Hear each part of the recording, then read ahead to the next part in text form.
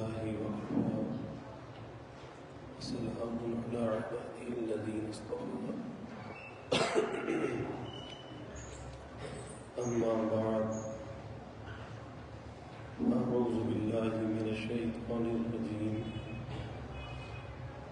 بسم الله الرحمن الرحيم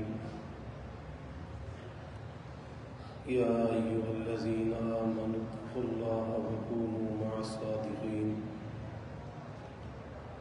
قال النبي صلى الله عليه وسلم من قام ليلة القدر إيمانا واحتسابا غفر له ما تقدم من ذنبه أو كما قال عليه الصلاة والتسليم رب اشرح لي صدري ويسر لي أمري واحلل عقدة من لساني يفقهوا قولي سبحانك لا علم لنا إلا ما علمتنا إنك أنت العليم الحكيم إن الله وملائكته يصلون على النبي يا أيها الذين آمنوا صلوا عليه وسلموا تسليما اللهم صل على محمد عبدك ورسولك وصل على المؤمنين والمؤمنات والمسلمين والمسلمات صدق الله العظيم وصدق رسوله النبي الكريم ونحن على ذلك لمن الشاهدين والشاكرين والحمد لله رب العالمين. اللہ رب العزت کا بے حد کرم اور احسان ہے. اللہ تعالیٰ کی توفیق شامل حال ہے کہ اللہ تعالیٰ نے اس عشرہ اخیرہ میں ہمیں اپنے گھر میں اعتکاف کی نیت سے مل بیٹھنے کا یہ موقع عطا فرمایا. یہ من جانب اللہ ہے، اللہ کی جانب سے ہے. انسان تو یہ سوچتا ہے کہ میں نے ارادہ کیا، میں نے ہمت کی، میں چل کے آیا، جبکہ اس نیکی کا خیال دل میں ڈالنا یہ بھی اللہ کی طرف سے ہے، اور اس خیال کی تکمیل ہو جانا، اس تکمیل کی طرف قدم اٹھ جانا یہ بھی اللہ کی طرف سے ہے. تو اللہ تعالیٰ کی نعمت پر اللہ کا شکر ادا کرنا چاہیے، اور شکر دل کی گہرائیوں کے ساتھ ہونا چاہیے. کتنا اللہ رب العزت کا احسان ہے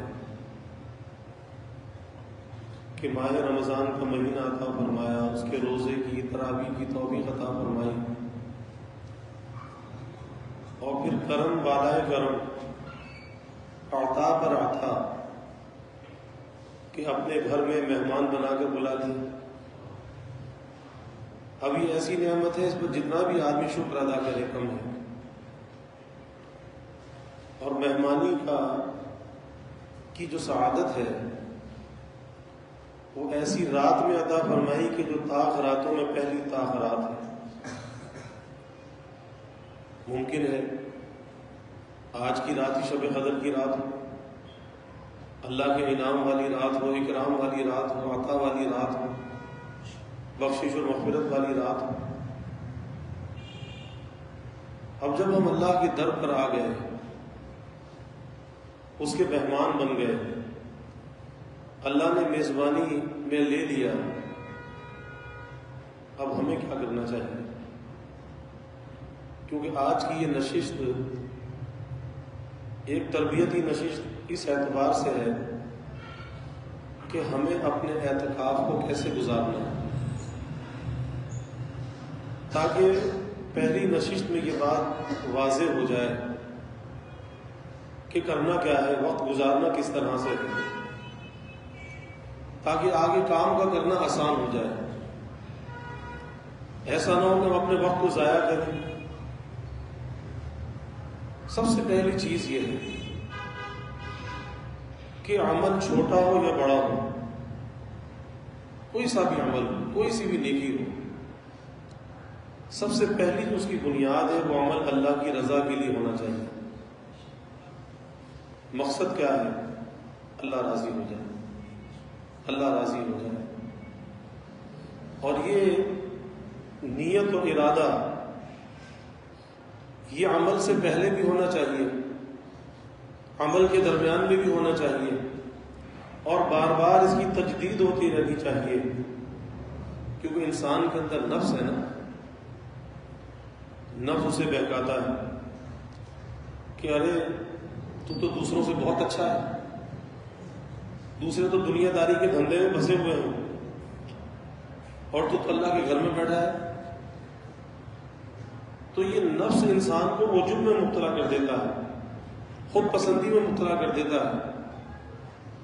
انسان سے عمل تو نہیں چھڑواتا، لیکن عمل کے اجر کو ضائع کرا دیتا ہے کہ دوسرے کی حقارت آ گئی، دوسروں کو کمتر سمجھنے لگا، اپنے کو افضل سمجھنے لگا کہ میں کتنا اچھا ہوں، کہ میں تو اعتکاف کے لیے اللہ کے گھر میں آ گیا، اور یہ سارے باہر ایسی دنیا داری میں لگے ہوئے ہیں۔ ظاہر باہر بھی کوئی دنیا داری میں لگا ہے، کسب حلال میں لگا ہے، بیوی بچوں کا پیٹ پال رہا ہے، وہ بھی تو عبادت میں لگا ہوا ہے۔ آپ یہاں عبادت میں لگے ہوئے، وہاں عبادت میں لگا ہوا، پھر تو برابر ہے۔ اس لیے انسان کو یہ نفس بڑائی کے اندر مبتلا کرتا ہے۔ شیخ سعدی رحمۃ اللہ علیہ اپنے بچپن کا واقعہ سناتے ہیں کہ ایک مرتبہ اپنے والد صاحب کے ساتھ کہیں گیا، کسی سرائے پر کسی جگہ رات کو قیام ہوا، تو والد صاحب رات کو بیدار ہوئے، میں بھی ساتھ میں بیدار ہوا، بچے تھے، اور بیدار ہو کر تہجد کی نماز پڑھنے لگے۔ لیکن اس سرائے کے اندر جو دوسرے لوگ تھے وہ سو رہے تھے، تو میں نے اپنے والد سے یہ کہا کہ دیکھو یہ کیسے لوگ ہیں کہ یہ سو رہے ہیں، یعنی ہم تو نماز پڑھ رہے ہیں اور یہ سو رہے ہیں۔ تو میرے والد صاحب نے کہا کہ بھائی تم نے یہ جو بات کہی اس سے بہتر تھا کہ تم بھی سوئے رہتے، اس سے بہتر تھا تم بھی سوئے رہتے۔ یعنی یہ بات کر کے اپنے کو بہتر جانا، افضل جانا سونے والوں سے، اس سے بہتر تھا کہ تم بھی سوتے رہتے۔ اس لیے سب سے پہلی چیز جو ہے وہ اللہ تعالیٰ کی رضا کا قصد ہے، اور عمل وہی اللہ کو مقبول ہے، پسند ہے، جو اللہ کی رضا کے لیے کیا جائے۔ ورنہ حدیث میں آتا ہے کہ نیت کی خرابی کی بنا پر بڑے بڑے عمل اللہ کی بارگاہ میں رد کر دیے جاتے ہیں۔ ایسا عمل جس میں ریا ہو، دکھلاوا ہو، نام و نمود ہو، شہرت ہو، اللہ کو وہ عمل پسند نہیں۔ اب لوگ کیا ہے کہ معتکف اعتکاف کو پورا کرتا ہے، لوگ ہار پہنانے کے لیے آ جاتے ہیں۔ ارے بھائی یہ تو اللہ سے معافی مانگنے آیا تھا، اپنے جرم اپنے قصور معاف کرانے آیا تھا، تم ہار کس بات کے پہنا رہے ہو؟ اگر معافی مل گئی تو ایک سعادت کی بات ہے، اس میں ہار پہننے والی کون سی بات ہے؟ اس لیے اپنے عمل کو ضائع نہیں کرنا چاہیے۔ تو پہلی چیز یہ ہے کہ اللہ تعالیٰ کی رضا کا قصد و ارادہ ہونا چاہیے، اور بار بار اپنی نیت کی تجدید کرتا رہے کہ یا اللہ تیری رضا کے لیے، میری کوئی اور غرض نہیں، یا اللہ تیری رضا کے لیے اور کوئی غرض نہیں، بار بار تجدید کرتا رہے۔ پھر جب اللہ کے گھر میں آ گئے تو اس گھر کا کوئی ادب اور احترام بھی ہے، کیوں یہ گھر کوئی عام گھروں کی طرح یہ گھر نہیں ہے، یہ اللہ کا گھر ہے، اس گھر کی نسبت اللہ کی جانب ہے۔ یہی وجہ ہے کہ یہ اور جگہوں سے یہ ممتاز ہے، اس کی ایک اہمیت ہے۔ اب اس گھر کا ادب اور احترام کیا ہے؟ اس کا ادب اور احترام یہ ہے کہ یہاں پہ کوئی شور و غل نہ کرے، بلند آواز سے باتیں نہ کرے، یہاں پر دنیا کی قصے کہانیاں نہ کہے، دنیا کی مشاغل کی باتیں نہ کرے، کوئی بد کلامی نہ کرے، کوئی فحش کلامی نہ کرے، کوئی بدبودار چیز لے کے مسجد میں نہ آئے، بدبودار چیز۔ اب بہت سے لوگ اعتکاف میں بیٹھ جاتے ہیں، سگریٹ پینا نہیں چھوڑتے، آپ اندازہ لگائیے۔ باہر جاتے ہیں، بعض تو مسجد میں چلے جاتے ہیں، آپ اندازہ لگائیں کہ اگر کوئی وضو خانے میں بیٹھ کے سگریٹ پیے گا تو اس کا اعتکاف چلا گیا۔ آج مغرب سے پہلے بھی یہ بات میں عرض کر رہا تھا کہ اعتکاف میں آ گئے لیکن سگریٹ کی عادت کو نہ چھوڑا۔ پھر مسجد کے اندر اگر کوئی یہ حرکت کرے، یہ تو باہر پینا بھی صحیح نہیں ہے، منشیات میں سے ہے نا، یہ تو باہر بھی پینا صحیح نہیں، اور اگر مسجد کے اندر یہ حرکت کرے تو پھر کیا ہوگا؟ اس لیے آتا ہے کہ مسجد میں کوئی بدبودار چیز لے کے نہ آئے۔ یہاں تک حدیث میں منع کیا گیا کہ کچا پیاز یا کچا لہسن کھا کر مسجد میں نہ آئے، اس کی بو جب تک کہ منہ سے ختم نہ ہو جائے، کیونکہ اس کچے پیاز اور لہسن کی بو سے ملائکہ کو تکلیف ہوتی ہے۔ یہ اللہ کا گھر ہے، یہاں ملائکہ ہوتے ہیں، اور ملائکہ ہمارے ہم نشین ہوتے ہیں، ہمارے ساتھ ہوتے ہیں۔ ایسی بابرکت مجلسوں کو ملائکہ اپنے پروں میں ڈھانپ لیتے ہیں، اللہ کی طرف سے سکینہ نازل کیا جاتا ہے، اور ملائکہ کو اذیت کس چیز سے ہوتی ہے؟ بدبودار چیز سے ہوتی ہے۔ تو جیسے پیاز اور کچے لہسن کو کھا کر مسجد میں آنے سے منع کیا گیا ہے، اسی طرح لوگ ہیں کہ سگریٹ پیتے پیتے آئے، سگریٹ باہر پھینکی، مسجد میں چلے آئے۔ اب برابر کوئی کھڑا ہوا آدمی، اسے تکلیف پہنچتی ہے، کسی سے مصافحہ کر لے اس کے ہاتھ کے اندر بدبو آ جاتی ہے، کسی سے معانقہ کر لے اس کے کپڑوں کے اندر بدبو آ جاتی ہے، اتنا تعفن ہے سگریٹ کے اندر۔ تو فرشتوں کو کتنی اذیت ہوتی ہوگی؟ جو مسلمین کو اذیت ہوتی ہے تو فرشتوں کو کتنی اذیت ہوگی؟ اور پھر ایسا کام مسجد کے اندر کوئی کرے، یہ تو بہت ہی غلط بات ہے کہ مسجد تو اللہ کا گھر ہے، یہاں تو بدبودار چیز کے لانے سے منع کیا گیا، کھا کر آنے سے منع کیا گیا۔ اس لیے اس گھر کا ایک تقدس ہے، اور اس گھر کے تقدس کو کسی صورت میں پامال نہیں کرنا چاہیے۔ یہی وجہ ہے کہ ہماری معتکفین کے لیے شرط ہوتی ہے کہ یہاں آنے والا جو مقامی ہے، شہر کا رہنے والا، اپنے ساتھ موبائل فون نہیں لائے گا، اور جو کوئی باہر سے آیا ہوا ہے، باہر سے دوسرے شہروں سے جو مہمان آئے ہیں، اپنے موبائل فون کو بند رکھیں گے، جب کسی مخصوص وقت میں کھول کر اپنے گھر والوں سے بات کر کے خیریت دینا اور لینا، پھر بند کر دینا۔ یہ نہیں ہے کہ گھنٹیاں بج رہی ہیں مسجد کے اندر اور پھر میوزک والے ٹون لگے ہوئے ہیں، مسجد کا تقدس پامال ہو رہا ہے، کیونکہ یہاں آنے کا مقصد کوئی آپس میں باتیں کرنا نہیں ہے۔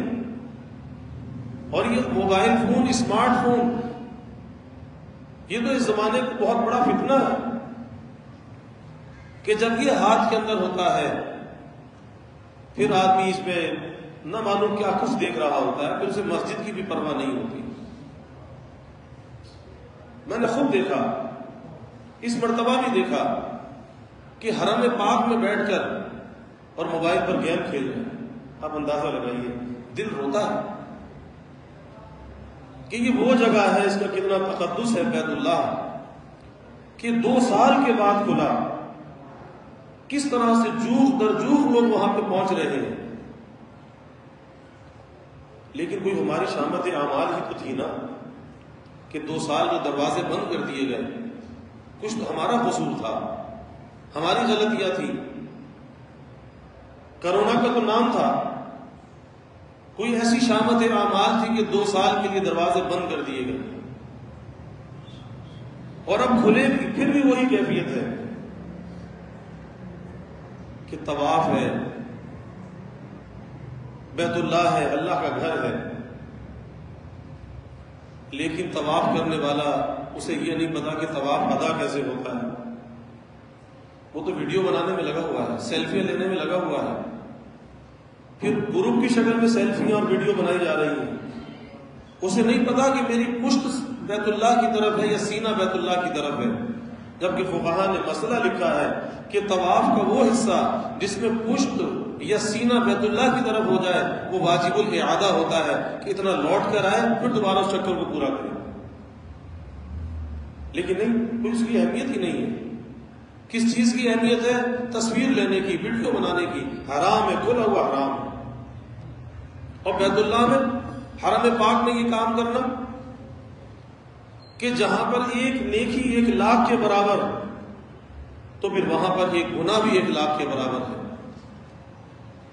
پھر کیسے وہاں سے نوازا جا سکتا ہے؟ ظاہر ہے کہ دھتکارا ہوا آئے گا، محروم آئے گا. اور یہی کیفیت روزہ رسول صلی اللہ علیہ وسلم کی ہے کہ 2 سال تک لوگوں کی آنکھیں ترستی تھیں کہ اپنے نبی کے قدموں میں جا کے کھڑے ہو جائیں، ان آنکھوں سے آپ کے روزہ مبارک کی جالی کو دیکھ لیں. آنکھیں ترستی تھی. لیکن جب کھلا تو پھر وہی منظر ہے کہ نہیں پتا کہ صلاۃ و سلام پیش کیسے کرنا ہے، اپنے نبی کی خدمت میں حاضری کیسے لگانی ہے. آپ صلی اللہ علیہ وسلم حیات ہے، حیات النبی صلی اللہ علیہ وسلم ہمارا عقیدہ ہے. کیسے حاضری لگانی ہے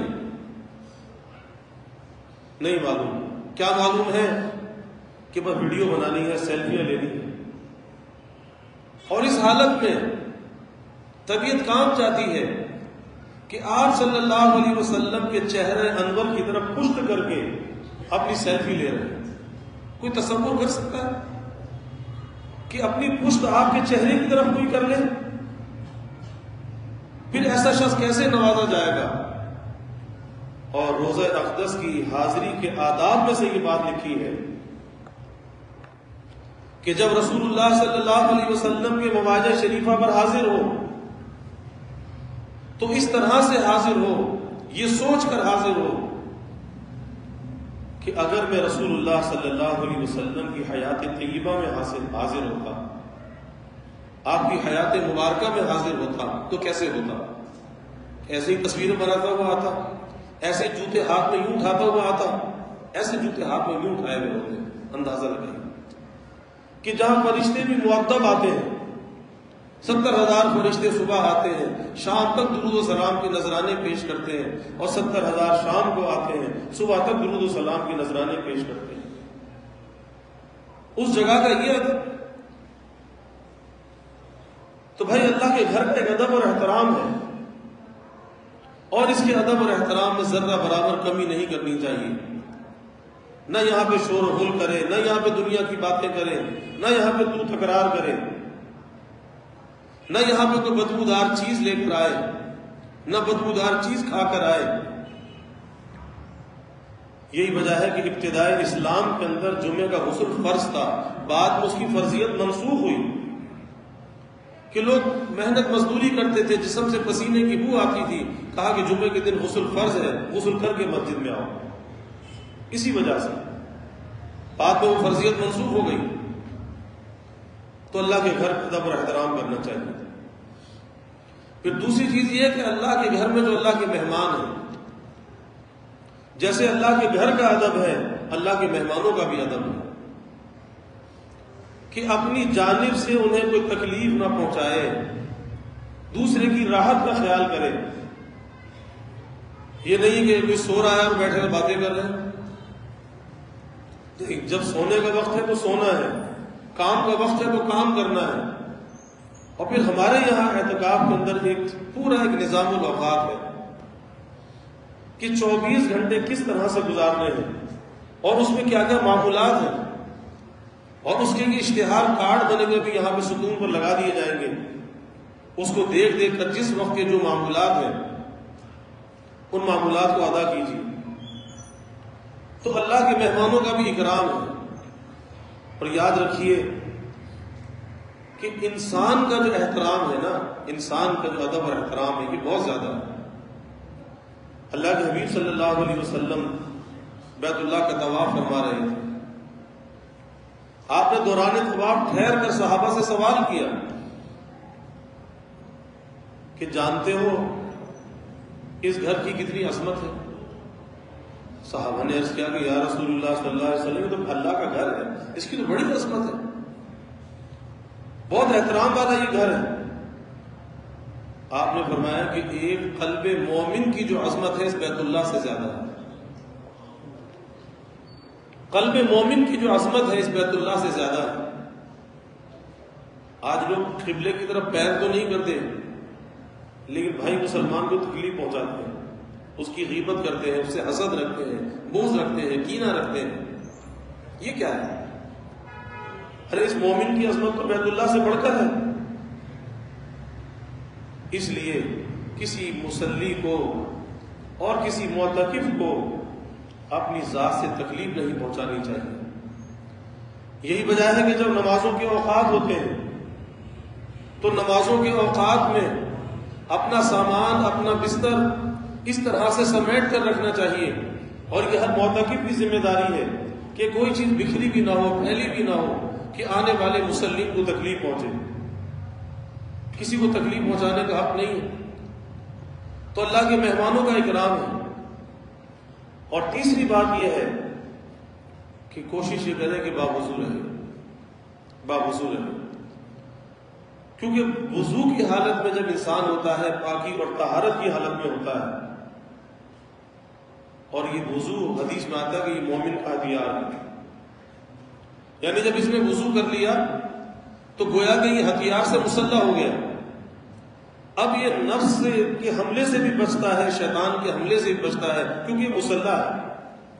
اس نے اپنا ہتھیار سجا رکھا ہے, اور وہ ہتھیار کیا ہے؟ اس کا وضو. تو کوشش یہ کرے کہ اکثر مسجد کے اندر باوضو رہنے کی کوشش کرے. رات کو سوئے تو وضو کر کے سوئے, سنت کے مطابق سوئے.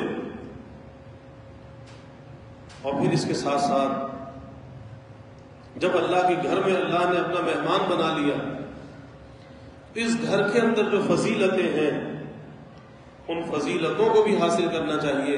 اور اس میں ایک بڑی اہم فضیلت یہ ہے کہ صف اولا اور تکبیر اولا کا اہتمام.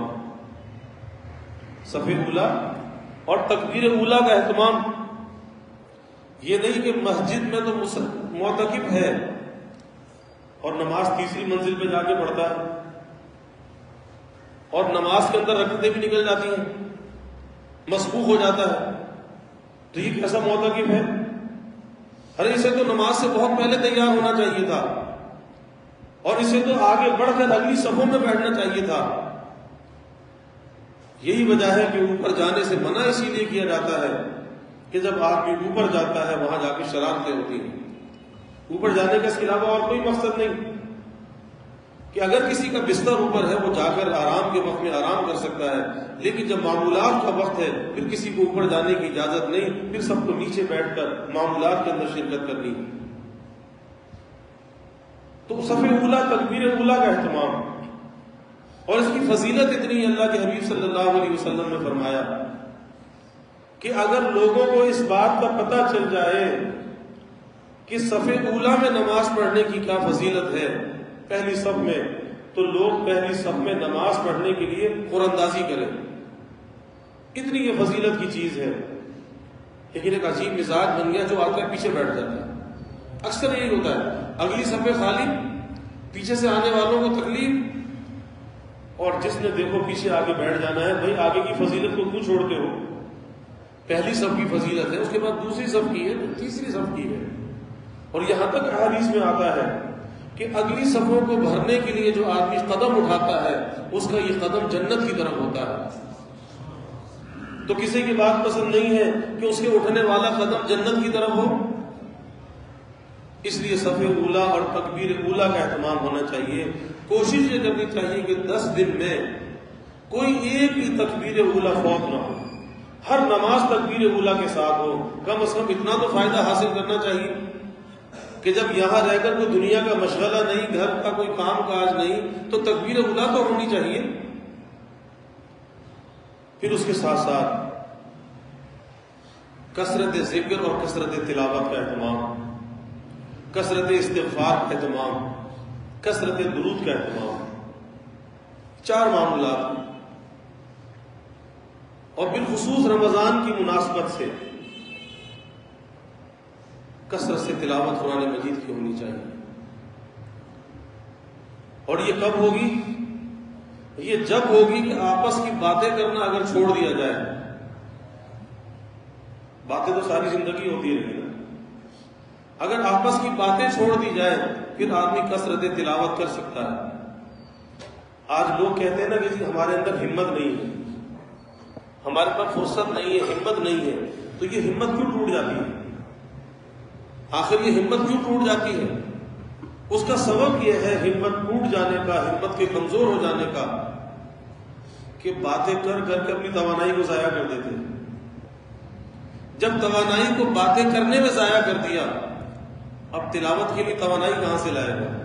نوافل کے لیے توانائی کہاں سے لائے گا؟ اگر اس توانائی کو, انرجی کو بچا کے رکھتا اور اسے اللہ کے ذکر میں استعمال کرتا, پھر کتنی تلاوت ہوتی, کتنا اللہ کا ذکر ہوتا. یہی وجہ ہے کہ جو انسان اپنے وقت کی قدر کرتا ہے, فضول گوئی سے اپنے آپ کو بچاتا ہے, اللہ اس کے وقت میں ایسی برکت عطا کرتا ہے کہ پھر ایسے ایسے لوگ ہیں, بوڑھے ہیں, ضعیف ہیں, خواتین ہیں, 10-10, 15-15 پارے پڑھ لیتے ہیں. پہلے بھی میں نے عرض کیا, میری والدہ مرحومہ رحمۃ اللہ علیہ رمضان میں ایک قرآن یوم میں ختم کر لیتی تھی. یہ تو اس زمانے کی بات ہے.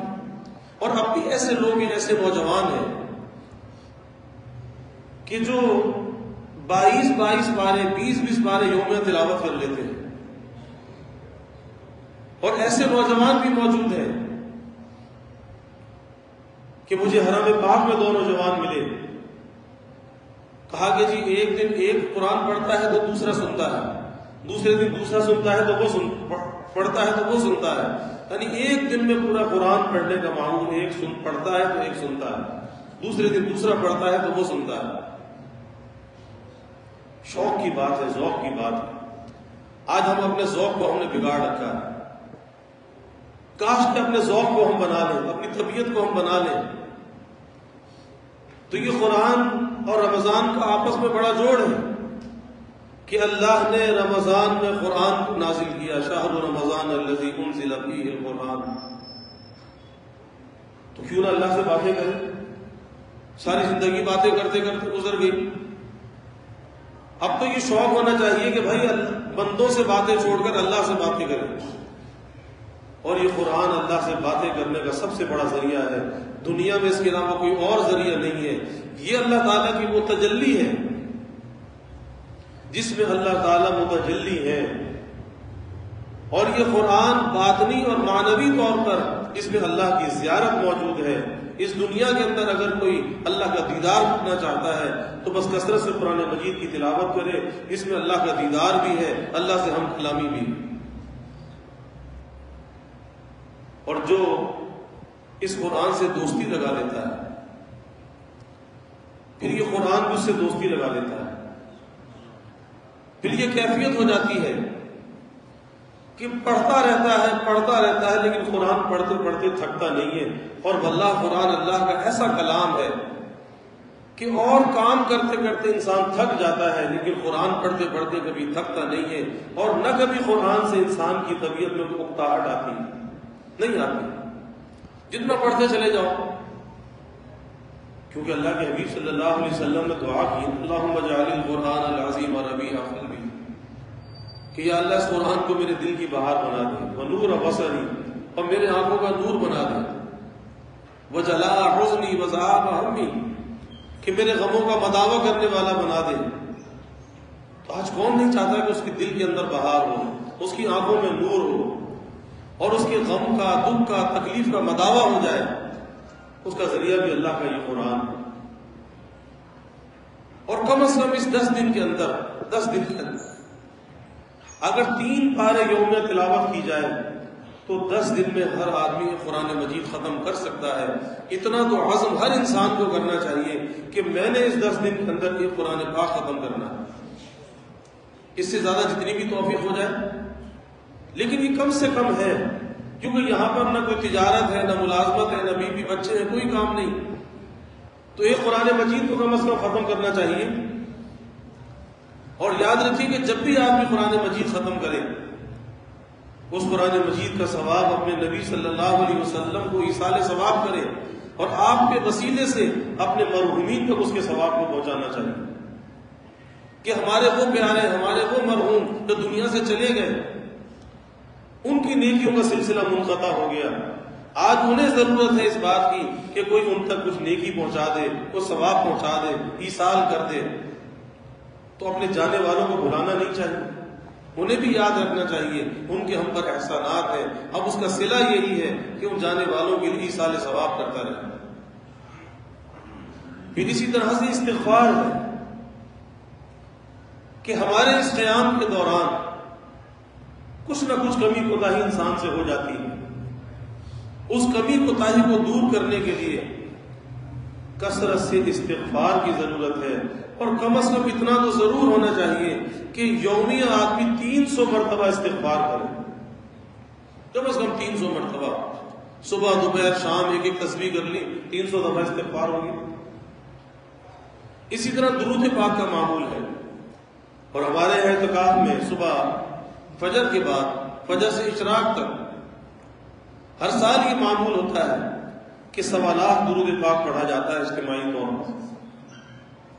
وہ تو ایک اجتماعی عمل ہے، لیکن اس کے علاوہ کم از کم اتنا تو ہونا چاہیے کہ ہر آدمی 1000 مرتبہ درود پاک پڑھے، اور کوئی زیادہ وقت نہیں لگتا۔ جب ہم اپنے معمولات کے اندر، اپنے اوقات میں کسی معمول کو داخل کر لیں گے تو پھر ہمارے وقت کی برکت بھی ہمیں حاصل ہوگی اور بہت سی فضول چیزوں سے بچ جائیں گے۔ اور اگر کوئی معمول اپنے ذمے مقرر نہیں کریں گے، یہی ہوگا کہ ادھر بیٹھ اس سے بات کی، ادھر بیٹھ تو اس سے بات کی، مسجد میں بیٹھے لیکن دل اچاٹ ہے، مسجد میں بیٹھے دل گھر پر ہے، دل کسی اور چیز میں پھنسا ہوا ہے۔ تو یہاں بیٹھ کر تو اللہ ہی کا دھیان ہونا چاہیے، اللہ ہی سے کلام ہونا چاہیے، یہاں بیٹھ کر آپس میں نہیں۔ اور وہ جب ہی ہوگا کہ اپنے ذمے کچھ کام مقرر کر لیے جائیں تاکہ ہمارا وقت ضائع نہ ہو، ہمارا وقت ذکر اللہ کے ساتھ گزرے۔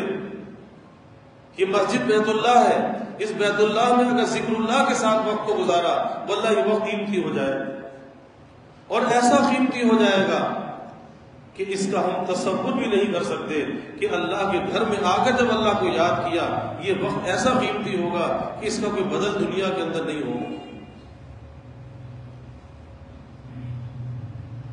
پھر اسی کے ساتھ ساتھ ایک اور بات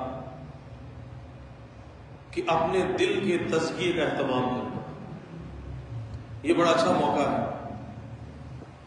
کہ آدمی اپنے دل کی کیفیات کا جائزہ لے۔ دل میں کسی سے حسد تو نہیں ہے، دل میں کسی سے بغض اور کینہ تو نہیں ہے، تکبر اور بڑائی تو نہیں ہے۔ یہ 10 دن ایسی خلوت کے اللہ نے عطا کیے ہیں کہ اس میں اپنی اخلاق اور اپنی عادات کا، اپنی گفتگو کا، اپنی گفتار ہے، اپنے احوال ہے، اس کا جائزہ لینا چاہیے کہ آخر میری زندگی کس ڈگر پر ہے، کس پیمانے پر ہے، میرے اخلاق کے اندر اخلاق نبوی صلی اللہ علیہ وسلم کی کوئی جھلک موجود ہے یا نہیں، اور اگر نہیں ہے تو اس کا عکس تو اندر موجود نہیں ہے۔ کہیں ایسا نہ ہو تکبر ہو، عجب ہو، اور انسان کو خود تو محسوس نہیں ہوتا، لیکن جب نیک صحبت کے اندر آتا ہے، اور یہ اللہ کا شکر ہے کہ اس اعتکاف کی برکت سے اللہ نے ہم سب کو یہ نیک صحبت میسر کی، اس نعمت پہ اللہ کا شکر ادا کرنا چاہیے کہ ہر آنے والا بڑا قابل قدر ہے کہ اللہ کا مہمان ہے۔ بڑے دور دور سے لوگ سفر کر کے آئے، سب اللہ کے مہمان ہیں، سب بڑے قابل قدر ہیں، سب سے محبت کیجیے، محبت کی نظر سے دیکھیے، کسی سے دل میں کوئی بغض اور عداوت نہیں ہونی چاہیے۔ تو اپنے اخلاق کا، اپنے احوال کا جائزہ لینا، کیونکہ ماہ رمضان کا مہینہ ماہ تزکیہ بھی ہے، یہ اندر کے تزکیہ اور صفائی کے لیے اللہ یہ مہینہ میں عطا کرتا ہے۔ یہ مہینہ کوئی عام مہینوں کی طرح نہیں ہے، یہ انسان کو جلا اور صفا دینے کے لیے آتا ہے، اس کی پرواز کو بلند کرنے کے لیے آتا ہے، اس کے اخلاق اور عبادات کو بلند کرنے کے لیے آتا ہے۔ آیا وہ بلندی ہمیں ملی یا نہیں ملی؟ یا جہاں تھے وہیں پر ہی ہیں؟ اپنی حالت پر مطمئن بیٹھے ہیں؟ یاد رکھیے کہ جب انسان اپنے بارے میں سوچتا ہے، ایک تو یہ سوچنا ہے کہ بس میرے سے اچھا تو کوئی ہے ہی نہیں، جہاں میں کوئی مجھ جیسا نہیں، سب سے اچھا تو میں ہی ہوں، میرا ہر کام اچھا، میری ہر بات اچھی، تو یہ انسان تو زندگی میں جگہ جگہ ٹھوکریں کھاتا ہے، ذلت کا شکار ہوتا ہے، پستی کا شکار ہوتا ہے، اپنے کو سب کچھ سمجھتا ہے، اور کوئی خلاف مزاج بات ہو جائے برا لگ جاتا ہے، غصہ آ جاتا ہے کہ یہ ایسی بات ہو گئی۔ گھر کے اندر بہت سے نوجوان ہوتے ہیں، ماں باپ کی بات کا برا لگتا ہے۔ ارے ماں باپ کی بات کا برا کیوں لگتا ہے؟ جو تمہارے دنیا میں آنے کا سبب بنے ہیں، جنہوں نے تمہیں پال پوس کر جوان کیا ہے اور جوانی کی دہلیز تک تمہیں پہنچانے میں وہ بڑھاپے کی دہلیز پر پہنچ گئے، اپنا خون جگر دے کر تمہیں پالا ہے، ان کی بات کا برا لگتا ہے تو پتہ چلا کہ بہت تکبر اور بڑائی ہے، جبھی تو برا لگتا ہے نا۔ اس تکبر اور بڑائی کو اندر سے نکالنا ہے، اور اس سے بہتر کوئی اور موقع نہیں ہو سکتا۔ اللہ نے یہ اعتکاف کا، یہ خلوت کا موقع ہمیں عطا کیا ہے، اور یہ خلوت بھی بڑی عجیب خلوت ہے کہ اس خلوت کو خلوت در انجمن کہہ سکتے ہیں، کہ بعض خلوتیں ایسی ہوتی ہیں کہ انسان اگر خلوت میں تنہائی میں بیٹھ جائے تو شہرت بھی ہوتی ہے، اپنے کو کچھ سمجھنے بھی لگتا ہے کہ جی میں تو بڑا عبادت گزار، تنہائی میں بیٹھ کے عبادت کرتا ہوں، تنہائی میں بیٹھ کے ذکر کرتا ہوں۔ لیکن اعتکاف کی صورت میں اللہ نے ایسی خلوت ہمیں عطا کی ہے کہ یہ خلوت در انجمن ہے، ایک وقت میں یہ خلوت ہے، پھر نماز ہوتی ہے، مصلی آ جاتے ہیں، سب کے ساتھ اجتماع بھی ہو جاتا ہے، پھر اس کے بعد خلوت ہو جاتی ہے، انسان کو عجب سے بڑائی سے بچا رہتا ہے۔ عجیب خلوت عطا کی۔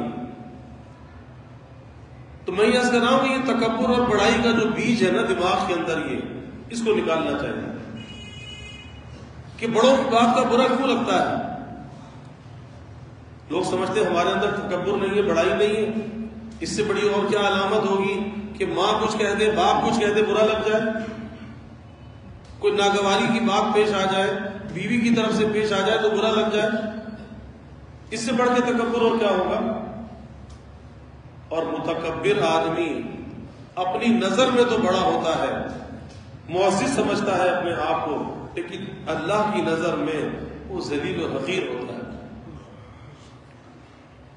ہونا یہ چاہیے کہ آدمی اپنی نظر میں اپنے کو کمتر سمجھے، گھٹیا سمجھے، حقیر سمجھے، بے حقیقت سمجھے، میں کچھ بھی نہیں، اور کوشش یہ کرے کہ اللہ کی نظر میں معزز اور مکرم بن جائے۔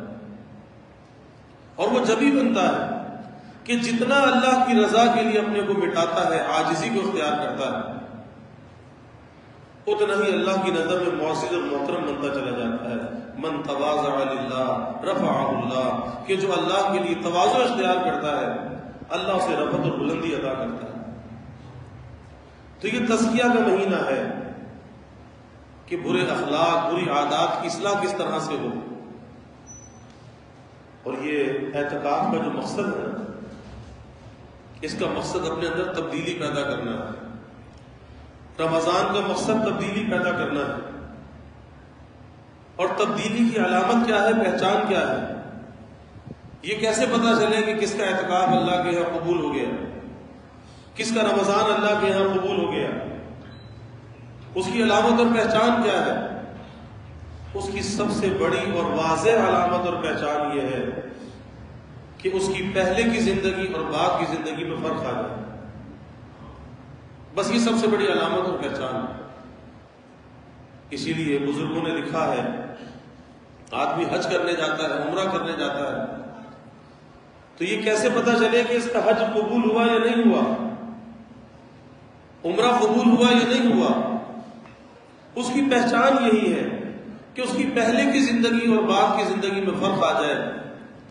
پہلے اگر آزادی کی، بے باکی کی زندگی تھی، نافرمانی کی زندگی تھی، اب اس کی زندگی میں اطاعت ہے، اللہ کی محبت ہے، اللہ کا خوف ہے، گناہوں سے بچنے کا اہتمام ہے، نیکی کے کرنے کا فکر ہے، تو علامت ہے کہ ہاں اس عمل کا اسے فائدہ ہوا، اللہ نے اس کے حج کو قبول کر لیا، اس کے عمرے کو قبول کر لیا، اللہ کی بارگاہ میں یہ مقبول ہو گیا، زندگی میں تبدیلی آ گئی۔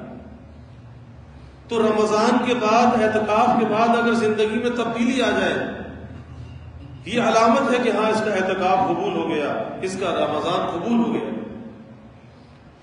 اور بھائی یہ قبولیت ہمارے اپنے اختیار میں ہے کہ ہم کچھ ایسا کر لیں کہ یہ قبول ہو جائے۔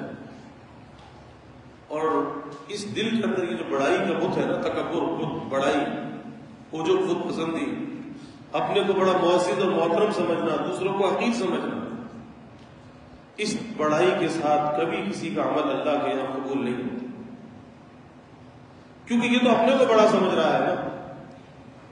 اور کائنات میں بڑا کون ہے؟ کائنات میں اللہ کے سوا کوئی بڑا نہیں۔ اللہ اکبر ہر نماز پہ، ہر رکن میں کہتا ہے اللہ سب سے بڑا ہے، اللہ سب سے بڑا ہے، تو زبان سے تو کہتا ہے، لیکن اس کی حقیقت دل کے اندر کیوں نہیں آتی کہ میں چھوٹا ہوں، اللہ بڑا ہے؟ زبان سے تو اللہ اکبر کہہ رہا ہے اور پھر اپنے کو بڑا سمجھ رہا ہے۔ اس لیے اپنے کو سب سے کمتر سمجھنا، گھٹیا سمجھنا، دوسروں کو اپنے سے افضل سمجھنا۔ اور جب یہ کیفیت انسان کو حاصل ہو جاتی ہے تو پھر کسی کی بات کا برا نہیں لگتا۔ وہ کہتا ہے کہ میں سب سے برا ہوں، تو پھر برا لگنا کس بات کا؟ میں ہی سب سے برا ہوں، میں ہی سب سے گھٹیا ہوں۔ پھر ماں باپ کی ڈانٹ ڈپٹ کا برا نہیں لگتا، پھر بیوی کی کسی بات کا برا نہیں لگتا، ورنہ چھوٹی چھوٹی باتوں میں گھروں میں فساد ہو جاتا ہے، لڑائی جھگڑا ہو جاتا ہے، ہر ایک آدمی انا کا پجاری ہوتا ہے۔ تو یہ مہینہ تزکیہ کا مہینہ ہے، اعتکاف زندگی کو بدلنے کا موقع ہے کہ اپنے دلوں کو برے اخلاق سے پاک صاف کر کے، اچھے اخلاق سے مزین کر کے، اس دل کو سجا کر، بنا کر ہم یہاں سے جائیں، تاکہ معاشرے کے اندر پتہ چلے کہ ہاں بھائی اس نے اعتکاف کیا تھا، اعتکاف نے اس کی زندگی کو بدل دیا، تاکہ یہ بات لوگوں کو پتہ چلے کہ ہاں اعتکاف سے زندگی بدل گئی۔ ایسا نہ ہو کہ جیسا پہلے تھے ویسے، ایسے بھی لوگ ہوتے ہیں کہ اعتکاف کیا، 10 دن اللہ کے گھر میں رہے، اور پھر یہ محمدی زعفران، یہ جنت کی زعفران چہرے پہ سج گئی، لیکن جب عید کے دن ملے، وہ عید جو میدان مغفرت، عیدگاہ، میدان مغفرت، جہاں اللہ فرشتوں کو گواہ کر کے بخشش و مغفرت کا اعلان کرتا ہے، وہاں پہ سارا چہرہ ویران کر کے آئے، اللہ کے دشمنوں والا چہرہ بنا کر آئے۔ تو اس نے اعتکاف کر کے کیا حاصل کیا؟ کیا حاصل کیا؟ اس کا مطلب یہ دھوکہ اپنے آپ کو دے رہا تھا کہ اللہ سے توبہ بھی کر رہا تھا، معافیاں بھی مانگ رہا تھا، اور رات جیسے ہی ہوئی، چاند رات ہوئی، اس نے تو اپنے چہرے کو بگاڑ لیا۔ تو کیسے کہہ دیں کہ کس کا اعتکاف قبول ہو گیا؟ اس لیے بھائی اپنی زندگی کو بدلنا ہے، اس عزم اور ارادے کے ساتھ اعتکاف میں آپ بیٹھے، اس سوچ کر بیٹھے اب زندگی کے رخ کو ہم نے بدلنا ہے، اللہ والا بننا ہے، اللہ کی نسبت کو حاصل کرنا ہے۔ اور جتنا اللہ کی نسبت کو حاصل کرنا، اللہ والا بننا آسان ہے، اتنا کوئی آسان کام نہیں ہے۔ کتنی سی بات، بہت چھوٹی سی بات ہے، معمولی سی بات ہے کہ آدمی دل کی سچائی کے ساتھ یہ ارادہ کر لے کہ میں نے اپنی زندگی اللہ کی نافرمانی کو چھوڑ کر گزارنی ہے، اللہ کی اطاعت کے ساتھ گزارنی ہے، اور اس کے لیے کوشش شروع کر دے، اللہ والا بن گیا۔ اللہ والا بننے میں دیر کتنی لگتی ہے؟ اللہ والا بننا تو بہت آسان ہے، اور جب یہ پکی سچی توبہ کر کے عزم اور ارادہ کر لیتا ہے، اللہ کا دوست بن جاتا ہے، اللہ کا پیارا بن جاتا ہے۔ اور یہ بھی تو اللہ کا پیار ہے نا کہ اللہ نے اپنے گھر میں ہمیں بلا لیا۔ کیا یہ اللہ کا پیار نہیں ہے؟ کیا یہ اللہ کی محبت نہیں ہے ہمارے ساتھ؟ کہ اگر ہمارے گھر پر کوئی مہمان آتا ہے تو جو مہمان ہم چاہتے ہیں وہ مہمان آتا ہے، جسے ہم پسند کرتے ہیں وہ مہمان آتا ہے، جس سے ہم محبت رکھتے ہیں وہ مہمان آتا ہے۔ تو اللہ نے ہم جیسے نکموں کو، ناکاروں کو اپنی محبت کا مظہر بنا دیا اور اپنے گھر میں ہمیں بلا لیا۔ ہم جیسے بھی ہیں اب اللہ کے گھر میں، اللہ کے در میں آ گئے، اللہ کے گھر کے مہمان بن گئے۔ اب ہماری ذمہ داری اللہ کے ذمے ہے، اور یاد رکھیے کہ اگر ہم اپنی ذمہ داری پوری کریں، اللہ اپنی ذمہ داری میں کبھی کوتاہی نہیں کرتا، کوتاہی ہماری جانب سے ہوتی ہے۔ اور پھر انعام کتنا بڑا ہے کہ اللہ کا جو مہمان بن جاتا ہے اللہ اسے جہنم سے دور کر دیتا ہے، کہ ایک دن کا اعتکاف 3 خندق کے برابر جہنم سے دور کر دیا جاتا ہے، اور ایک خندق کا فاصلہ زمین اور آسمان کے فاصلے کے برابر یا مشرق سے مغرب کے فاصلے کے برابر ہے۔ ایک دن کے اعتکاف کی یہ فضیلت ہے، اور 10 دن کا جو اعتکاف ہے 2 حج اور 2 عمرے کا ثواب ہے، کوئی معمولی بات نہیں ہے، کتنا بڑا اجر و ثواب ہے۔ اس لیے بہت شوق کے ساتھ، بہت محبت کے ساتھ اپنے وقت کو گزارنا چاہیے، اور کسی قسم کی اتاہٹ کا شکار نہیں ہونا چاہیے کہ یہ پچھتاوا کہ جی کیوں آ گئے، پہلے تو آزاد تھے، پہلے تو باہر گھومتے تھے۔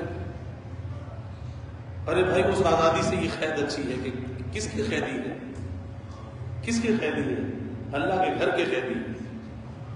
یہ قید تو مبارک قید ہے، قسمت والوں کو ملتی ہے،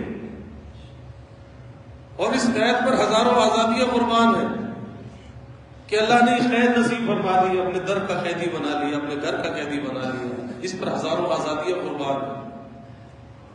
شکر کرنا چاہیے، دل سے شکر کرنا چاہیے کہ یا اللہ تیرا شکر ہے کہ تم نے اپنے در، اپنے گھر کا قیدی بنا لیا۔ اور بھائی آخری بات یہ ہے کہ یہاں رہتے ہوئے آنکھ کی بھی حفاظت ہو، زبان کی بھی حفاظت ہو۔ زبان کی حفاظت، فضول گوئی سے زبان کو بچانا، بدگوئی سے بچانا، کیونکہ زیادہ باتیں جب انسان اللہ کے گھر میں آ جاتا ہے، یہ اللہ کی تجلیات کا مرکز ہے، انوار حاصل ہوتے ہیں، نماز پڑھتا ہے، تراویح پڑھتا ہے، تلاوت کرتا ہے، ذکر ہوتا ہے، استغفار ہے، درود پاک ہے، انوار حاصل ہوتے ہیں، اس دل کے اندر اس کا نور آتا ہے۔ لیکن جب آدمی فضول بات کرتا ہے، اس فضول کلام کی ظلمت ایسی ہے اس نور کو بجھا دیتی ہے، اس نور کو ختم کر دیتی ہے۔ تو یہ نور تو حاصل ہو رہا ہے، نورانی ماحول کے اندر اللہ نے پہنچا دیا ہے، اب یہ ہماری ذمہ داری ہے اس نور کی حفاظت بھی کرنی ہے، کہ یہ نفس جو ہے نا اندر ہی ہے، دشمن ہے نفس، وما ابرئ نفسی ان النفس لامارۃ بالسوء، کہ انسان کا جو نفس ہے انسان کو بری بات سجاتا ہے۔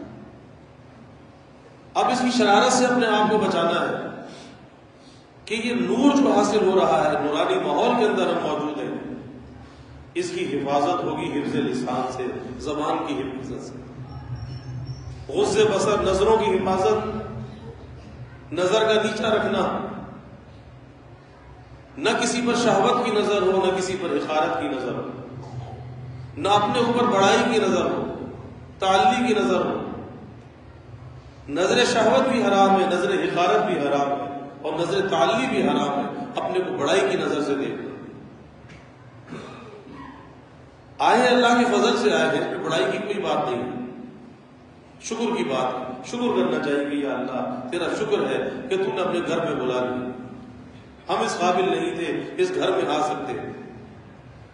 تو یہاں رہتے ہوئے زبان کی حفاظت اور نظر کی حفاظت، پھر کانوں کی حفاظت، کہ جیسے غیبت کا کرنا حرام ہے ایسے غیبت کا سننا بھی حرام ہے۔ تو اس لیے بھائی ہمیں اس وقت کو قیمتی بنانا ہے، انشاءاللہ اور باتیں ہوتی رہے گی۔ پھر آج کی ترتیب یہ ہوگی کہ مجلس کے بعد کچھ اعتکاف کے مسائل بیان کیے جاتے ہیں، پھر اس کے بعد کچھ پھلوں کا ایک دسترخوان لگ جاتا ہے، اور اس کے بعد پھر مجلس ذکر ہوتی ہے۔ اس کے بعد بستر لگوا دیے جائیں گے، ہر ایک کو اس کا بستر بتا دیا جائے گا، جس کا جہاں بستر لگے ہر اس کی ذمہ داری ہے کہ اپنا بستر خود اٹھائے اور خود بچھائے۔ پہلے دن ترتیب سمجھا دی جائے گی، اب اس کے بعد ہر آدمی کی ذمہ داری ہے کہ اپنا بستر خود اٹھائے اور خود بچھائے۔ ایسا نہ ہو کہ اٹھانے والے، بیدار کرنے والے، خدمت کرنے والے آتے ہیں اور اٹھایا اور اٹھ کر چلے گئے، بستر چھوڑ دیا۔ نہیں، پہلے اپنا بستر لپیٹے، اپنی چادر کو طے کریں، اوڑھنے کی چادر کو طے کریں، بستر کو لپیٹے اور جہاں رکھنے کی جگہ ہے وہاں پر بستر کو رکھیں۔ زندگی کے اندر کوئی ترتیب، کو سلیقہ ہونا چاہیے، اور یہ بھی انسان کی تربیت کا ایک حصہ ہوتا ہے کہ اس کی زندگی کے اندر نظم و ضبط آ جائے۔ یہ نہیں ہے گھروں کے اندر یہ چیز یہاں سے اٹھائی وہاں پھینک دی، وہاں سے اٹھائی وہاں پھینک دی، یہ کوئی زندگی نہیں ہے۔ زندگی میں نظم و ضبط ہونا چاہیے، ترتیب ہونی چاہیے۔ اسی لیے مجدد تھانوی رحمۃ اللہ علیہ فرماتے تھے کہ جو چیز استعمال کی گھر میں جہاں سے اٹھاؤ، استعمال کے بعد اسے واپس نہیں رکھو، ادھر ادھر نہ رکھو، کیونکہ دوسرا آدمی جب اس کو استعمال کرنا چاہے گا وہ پریشان ہوگا، اسے وہ چیز وہاں پہ نہیں ملے گی۔ اس لیے ہر کام کی ایک ترتیب ہونی چاہیے۔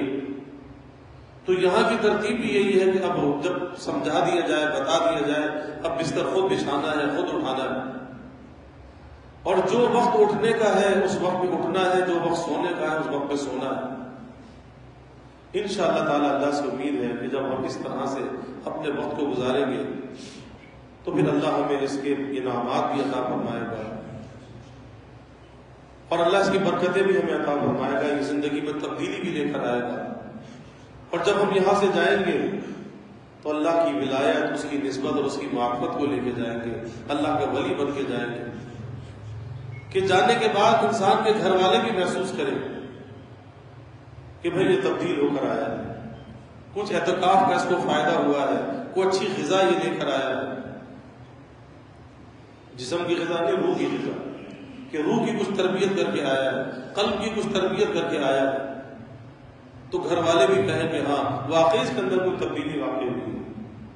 اللہ تعالی ہم سب کو توفیق عطا فرمائے، اس حاضری پر اللہ نے جو انعامات رکھے ہیں ظاہری، باطنی، معنوی، اللہ کو ہم سب کو عطا فرمائے، اور ہم میں سے اللہ کسی کو بھی محروم نہ فرمائے، کسی کو بھی محروم نہ فرمائے۔ اللہ اس گھر کا، اس در کا ادب کرنے والا بنائے، اور یہاں کی محرومی سے اللہ سب کو بچائے۔ وآخر دعوانا الحمدللہ الحمدللہ رب العالمین، والعاقبۃ للمتقین، والصلاة والسلام علی اشرف الانبیاء والمرسلین۔ اللهم صل على سيدنا ومولانا محمد وعلى آل سيدنا ومولانا محمد وبارك وسلم۔ ربنا آتنا في الدنيا حسنة وفي الآخرة حسنة وقنا عذاب النار۔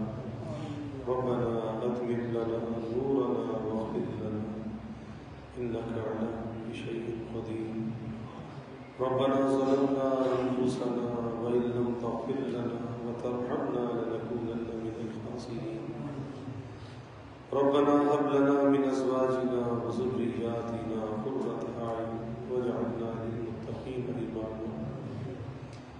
یا اللہ، یا رحمان، یا رحیم، یا کریم، یا ارحم الراحمین، یا اکرم الاکرمین، یا اللہ ہمارے گناہوں کو معاف کر، یا اللہ ہماری خطایا سے درگزر کر، یا اللہ اپنی محبت معرفت عطا فرما، اپنی رضا والی زندگی نصیب فرما، یا اللہ اپنے رضا والے کاموں کی توفیق عطا فرما، یا اللہ اس اعتکاف کو ہماری زندگیوں میں تبدیلی کا ذریعہ بنا، اعمال میں استقامت کا ذریعہ بنا، اخلاق اور عادات کی تبدیلی کا ذریعہ بنا، اپنی محبت اور معرفت سے یا اللہ ہمارے دلوں کو لبریز بنا، اس اعتکاف کی برکت سے یا اللہ تو ہمیں اپنا پیارا بنا، اپنا محبوب بنا، اپنے مقبول اور محبوب بندوں میں یا اللہ ہمیں شامل بنا، مقبول اور محبوب اعمال کی یا اللہ ہمیں توفیق عطا فرما، یا اللہ فضول گوئی سے، بد گوئی سے، فحش گوئی سے، بد نظری سے، بد کلامی سے یا اللہ ہماری حفاظت فرما، یا اللہ تکبر سے، بڑائی سے، عجب سے، خود پسندی سے، پار سے، استکبار سے، یا اللہ حسد و کینے سے ہمارے سینوں کو پاک کرنا۔ اے اللہ ہمارے دلوں میں نرمی، عاجزی، زاری پیدا کرنا۔ اے اللہ دوسروں کا اکرام کرنے والا بنا، ادب احترام کرنے والا بنا۔ یا اللہ خلق خدا میں اپنے کو سب سے کمتر سمجھنے والا بنا۔ اے اللہ اس کی حقیقت کو ہمیں مستحضر فرما۔ اے اللہ یہ حقیقت مستحضر فرما دے۔ یا اللہ یہ حقیقت مستحضر فرما دے۔ یا اللہ اس اعتکاف میں، اس گھر کی حاضری میں جو آپ نے انعامات رکھے ہیں، یا اللہ یقیناً رکھے ہیں، یا اللہ ہم اس کے اہل کو نہیں ہیں، یا اللہ بلا استحقاق کے سوال کرتے ہیں۔ یا اللہ جب تم نے اپنے در پہ بلایا، اپنے گھر پہ بلایا، آنے کی توفیق دے دی، اے اللہ وہ انعامات بھی ہمیں عطا فرما دے، ظاہری باطنی نعمتیں ہمیں عطا فرما دے۔ یا اللہ ہر خوشی، ہر راحت ہمیں عطا فرما دے، ہر دکھ کو، ہر غم کو، ہر تکلیف کو، ہر پریشانی کو یا اللہ ہم سے دور فرما دے۔ ہمارے گھروں میں بھی چین، سکون، عافیت، راحت عطا فرما دے۔ ہماری زندگیوں میں چین، سکون، عافیت اور راحت عطا فرما دے۔ ہمارے رزق میں بھی عافیت اور برکت عطا فرما دے، اعمال میں بھی عافیت اور برکت عطا فرما دے۔ اے اللہ ہمیں اچھے اخلاق کا حامل بنا دے، خلق خدا سے اچھا برتاؤ کرنے والا بنا دے، برے اخلاق سے، برے کردار سے، بری گفتار سے یا اللہ ہماری حفاظت فرما۔ یا اللہ یہ آج کی رات آخراتوں میں پہلی رات ہے، اے اللہ اس رات میں جو آپ نے انعامات رکھے ہیں یا اللہ وہ ہمیں کامل عطا فرما، ہم میں سے کسی کو بھی محروم نہ ہو، پوری امت حبیب کے حال پہ رحم فرما۔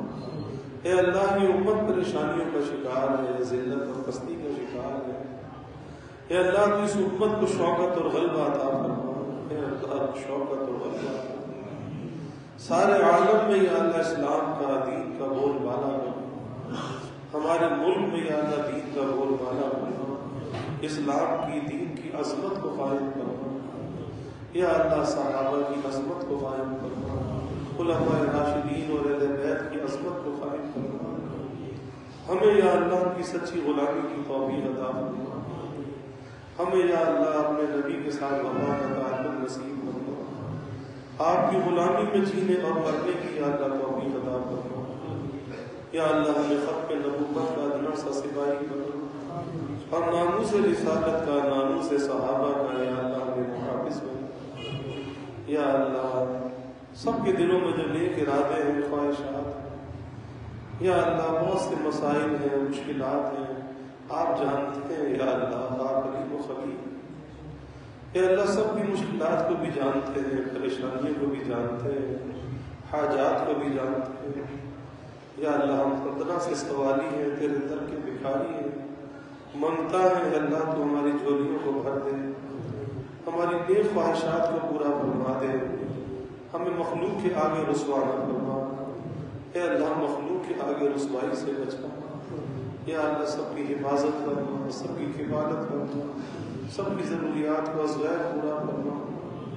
یا اللہ اپنی رحمتوں کا، برکتوں کا، راحتوں کا نزول فرما، زحمتوں کو دور فرما۔ یا اللہ جہاں کہیں بھی معتکفین بیٹھے ہیں سب کے اعتکافوں کو قبول فرما، سب کی عبادات اور دعاؤں کو قبول فرما۔ یا اللہ جس کا تجھے اعتکاف پسند ہے، دعا پسند ہے، یا اللہ نیکی پسند ہے، اس کے صدقے میں یا اللہ ہمارے بھی اعتکاف کو قبول فرما، ہمارے بھی اعمال کو پسند فرما، ہماری بھی مناجات کو قبول فرما، اپنی بارگاہ میں مستجاب الدعوات بنا۔ یا اللہ اپنی رحمتوں کا، برکتوں کا، راحتوں کا نزول فرما، زحمتوں کو دور فرما۔ یا اللہ ہمیں عافیت دارین عطا فرما، عافیت دائمہ عطا فرما۔ ربنا تقبل منا انك انت السميع العليم وتب علينا انك انت التواب الرحيم وجزا الله عنا محمدا صلى الله عليه وسلم ومعه وآله وصلى الله تعالى وسلم